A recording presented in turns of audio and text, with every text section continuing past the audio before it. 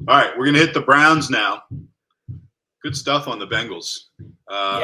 They're a fun team. Do you think I guess we're going to do our breakdowns of where we expect them all to finish at the end, but spoiler, I think the Bengals win the Super Bowl this year and they finally get it done. Okay. Yeah, I mean, that is a spoiler. Really I'll tell you my thoughts on them at the end of the show like we did yesterday. All right, let's talk Browns. And I'm going to give you a spoiler here. I do not think that this team will win the Super Bowl. No. The true hot take of the show. Obviously, my summation of this team, and obviously the Wolf is going to give you far more details than this, is basically if Deshaun Watson is awesome, then this team could be really good. And if he's not, and I don't think he will be, I don't think they're going to be too good. So why don't you dive into that a little deeper? Give the people some real analysis, Wolf. Yeah, I mean, it doesn't really have to be much deeper than that. If this is the Deshaun Watson we saw at the end of last year, this team is going to suck beyond all belief, and there's no reason to invest in really any of them. Even the running game, Nick Chubb took a big step back with Deshaun Watson at QB. I'm projecting him for kind of the middle where it's not like we get the Deshaun Watson of the Texans that was a top 5 superstar and you want to craft your entire team around, but that he's not as bad as – remember, that was his first time playing football in like 2 years. So ideally he's had the full offseason. He can get his legs under him, and we get a better Deshaun Watson, even if it is not the Deshaun Watson that we are come to expect there in the Texans. So what do I think is going to happen, though, with the team level? This is actually a departure of what is typical for the Browns under Kevin Stefanski. 570 pass attempts. That would be the most he's had ever with the Browns. And he hasn't been under 500 rush attempts in over 3 years. I can kind of just show you guys real quick. It's been pretty much an exact 50-50 split for the Browns these last few years under Kevin Stefanski. You see that? Well, I guess 570 pass attempts. They did get there last year, pretty close at least, but 539, 535, 539, right in line with their rush attempts, as you can see. Pretty much always a 51-49, 50-50, other than this 1 year. And I think this is the year it will most resemble that 2019 Browns team. That wasn't Kevin Stefanski, but I think that's kind of what we're going to get because he's on the hot seat. The team's on the hot seat for this acquisition. So I have them meeting kind of in the middle, 54% pass, 46% rush, as they try to prove this was not stupid of us to invest in Deshaun Watson. I think they'll be fighting a losing battle in that argument, but either way, they will be making that argument nonetheless. So Deshaun Watson, I really, you know what? Let's start with Nick Chubb because he's honestly the most important piece here. He's the one you're drafting in round 1, 2, and he's the part of that has some real value. There are some receivers, Amari Cooper, maybe Elijah Moore, and maybe Deshaun Watson, if he rebounds, could have some value here too. But Chubb is definitely the centerpiece. So we'll go to the backfield first. I think without Kareem Hunt, this could absolutely be the Nick Chubb show. We have seen in the past when Hunt was either suspended or hurt, Stefanski wasn't opposed to riding just Chubb. He's averaged 18.3 points per game in his career without Hunt as compared to 15.8 with Hunt. So he's really good either way, but a nice 3-point per game boost. That's no slouch. And that's largely because he goes to 3 targets per game instead of under 2 targets per game.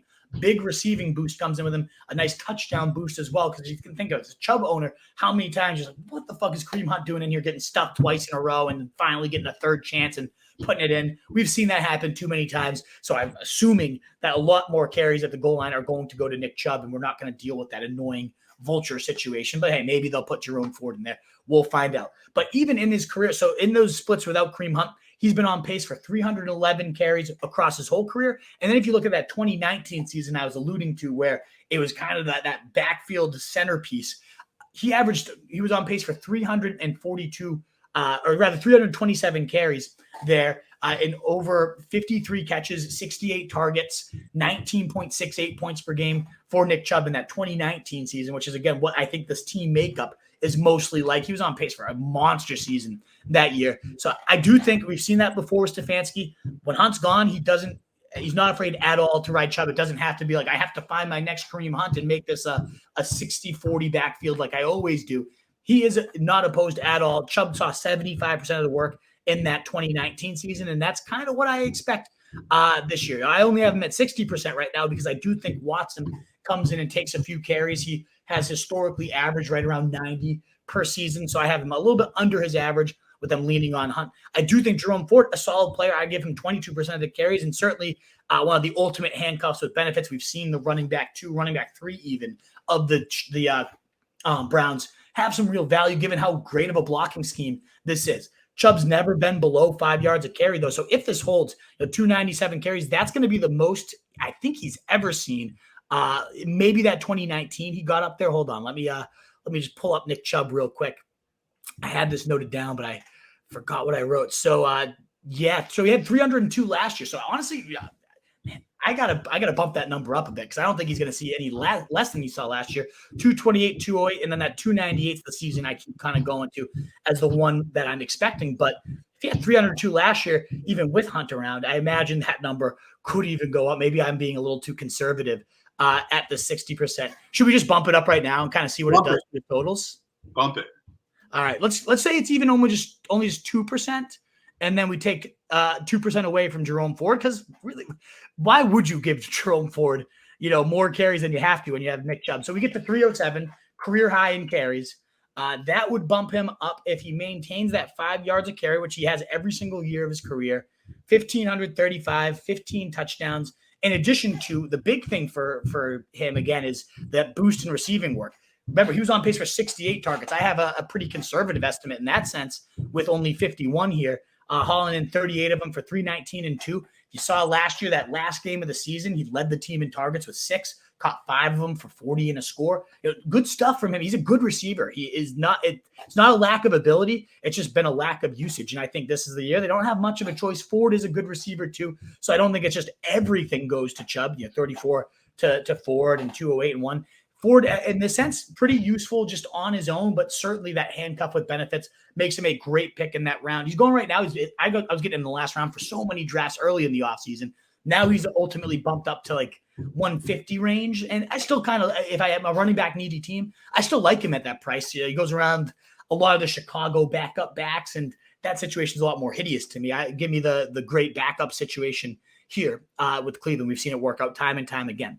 So it all comes to Chubb. He's the main guy, and clearly I think he benefits greatly. Kareem Hunt could still join this team theoretically as an unsigned free agent, and there's rumblings that he might come back. And I think at this point, the fact that he's lingered out there as long as he is, and they haven't made sure to go get him, even if he does come back, it'll take a little bit of ding on Nick Chubb, but I think it might be more so, whereas this is 62-20, it might be like 58-30 type of situation, I don't think it would be a huge detriment to him. But now we got to talk about the aerial pie here. The Deshaun Watson, what's he going to carve up? And obviously, like I said at the top, I think he does rebound pretty decently when he gets up to 4,428 yards, 31 touchdowns. I think a lot of that's also because Elijah Moore. I've always been a big Moore fan. He really hasn't done much to justify my faith in him, but he also has been so terribly misused, similar to Garrett Wilson. Those stats with and without Zach Wilson, huge bumps, plus 5 fantasy points per game without Zach Wilson in there. So I do think he's been really shackled by his quarterback situation, and maybe he is again. Maybe Watson blows under that camp, but yeah, I think. Ultimately, Amari Cooper, he walked into 26% target share last year. He saw 130, I think 125 at 22%. So a nice drop in terms of adjusting for Elijah Moore being here, but the volume being still pretty similar because I expect the aerial pie to be big. A little bit downswing in yards, but not much. Over 1,000 yards, 9 touchdowns, a really solid wide receiver too. Also going though, late round 3 where you can get Keenan Allen, you can get DeAndre Hopkins and Christian Watson. I often go those guys over Amari Cooper. So another guy that I like, and there's not much against him. I just don't have a lot of because I like a lot of guys going around him. I have been getting a decent amount of Elijah Moore. He's another one that goes a little bit before Tyler Boyd, but not a crazy amount ahead of Tyler Boyd, like 7 to 8 picks. I think he's a whole 2-3 tiers above Tyler Boyd and potentially. I agree. Yeah. Did you say you agree with that? Sorry, I heard you. I agree. Yeah, my son's dribbling a basketball right above where I'm recording. So you hear what sounds like construction work being done. It's not. On one end, I'm proud of him for practicing, and on the other end, it's a large house, and he's picked the spot that is directly the one spot that is directly above you. Love it. Yes, I was saying that I like Elijah Moore a lot more than Tyler Boyd. Okay. Perfect. Yeah, I've got a saw going on underneath here as my landlord does some construction on the apartment underneath. So we both have the noises going on. One of the perils of recording like in the middle of the day instead of at night, I guess. Exactly, right. Definitely some more potential distractions. But I do like Elijah Moore. All the reports in early camp, he's moving inside, he's moving outside. He's been the heaviest targeted receiver. So maybe these splits between him and Cooper get even that much more close. And that's why it's that much smarter to invest in Moore 4 rounds later than it is Cooper at his current price tag. He's a great practice player. We've seen these reports out of the Jets camp where he's the next Antonio Brown and every catch in the world he can make, and it just hasn't translated consistently to Sundays, but it also has translated when Zach Wilson's on quarterback. So I have some hope for Elijah Moore. I certainly don't mind him at that 8-9 price tag here, going for 898, 5 touchdowns. Shorter guy, but he has the upside to win in the stripe too. So maybe a little low on the projections. I do think this does have a big impact on Donovan Peoples-Jones. I think it kind of thrusts him back down to that like one-trick pony, spread the defense for us. Yeah. Last year, my boy, he actually ended up being pretty useful in best ball too, on a steadier target share. But I think this year he definitely does not see that, right around 90 targets. Drops about 25 or so, but has himself a few big boom games with Deshaun Watson. Last time he was out, he was the best deep passer in the NFL according to PFF. So he can sling it deep when he's healthy and right again and again. Very big risk to buy in that Deshaun Watson is 100% and back and ready to go. I do think Njoku as well takes a little bit of a hit in terms of the target share. He was at 19% target share last year. I bumped him down to 14, but again, with that increase in total volume and the size of the pie that I'm projecting, right around what he had last year in terms of targets, a little bit less overall usage near the stripe and overall efficiency because the other receivers get a little more love. But an okay season from David Njoku, just doesn't separate much from, say, Mike Gesicki, who we talked about last time. And Mike Gesicki goes 8 rounds later at the last round of drafts. So I think Njoku's significantly overdrafted where he's going, right around Elijah Moore. Give me more, significantly more upside.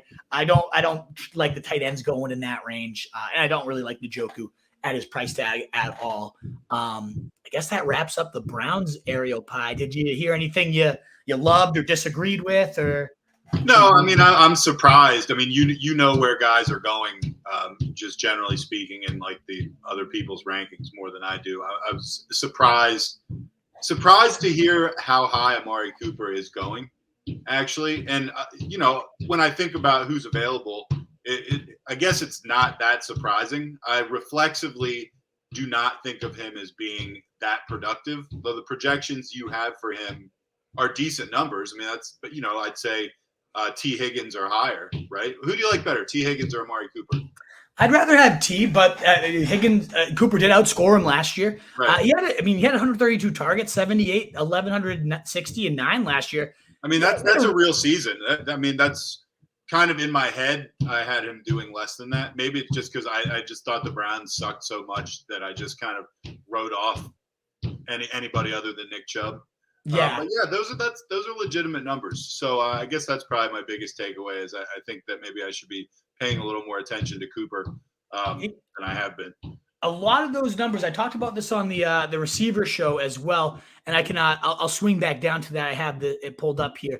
A lot of those numbers did come with Brissett and not Deshaun Watson, and that's pretty much true. Everybody in the offense was better with Brissett last year as compared. There's not a single player that benefited and saw their totals go up with Watson. That is really something. I mean, for the amount they're paying him. I mean, come on, right? Well, if you were going to compare Deshaun Watson to a meal, what meal would it be? I mean, what type of thing like ruins everything else around it? I mean, something expensive that you don't even really enjoy. Caviar, caviar good? I've never even eaten caviar, but I feel like if all the little fish stuff mixed into my steak, I'd be like, ugh, come on, that ruined everything. Hey, the good news is now your steak costs $50 more than it would have. Yeah, exactly, and it doesn't taste as good, but you got to pay a lot of money for it. So you just what it is. You know what else? He could be like an endangered animal, like where you're kind of like you feel like a bad person eating it. You Yeah, know what I mean? that's true too, because Like it a gives you a bald sick eagle feeling or drafting something. him. Like you Like don't want to eat it, but and like you it, don't even end up liking it that much after you've eaten it too. You're just like, I didn't really like that, and I probably shouldn't have done that. Yeah, I'm trying to think of what yeah, that would be, but yeah, it's a good comparison. something you're really not supposed to be. Yeah, Anyway, sorry, yeah. that's been on my mind. No, it's fair. But yeah, so Cooper averaged 16.2 points per game with Brissett, 11.6 with Deshaun Watson. So significant jump down with Watson at QB. He goes from 1,224 yard pace to 1,043, 11 touchdown pace to 6 touchdowns, 88 catches to 60. It was a definitely big hit to him. You got to imagine they work it out and get themselves together. But again, what if these two just don't really gel and Elijah Moore just has the better rapport? Just another reason why I like Cooper the player, like what he did last year. Not a guy I'm drafting ahead of, DeAndre Hopkins, Christian Watson, No. Deebo Samuel. He's going ahead of. No, thank you. I'm not into that. Okay. What is up, you fantasy wolf? Thanks so much for tuning in. If you haven't already, share your thoughts in the comments. Check out some more videos and join the newest Wolfpack by subscribing below.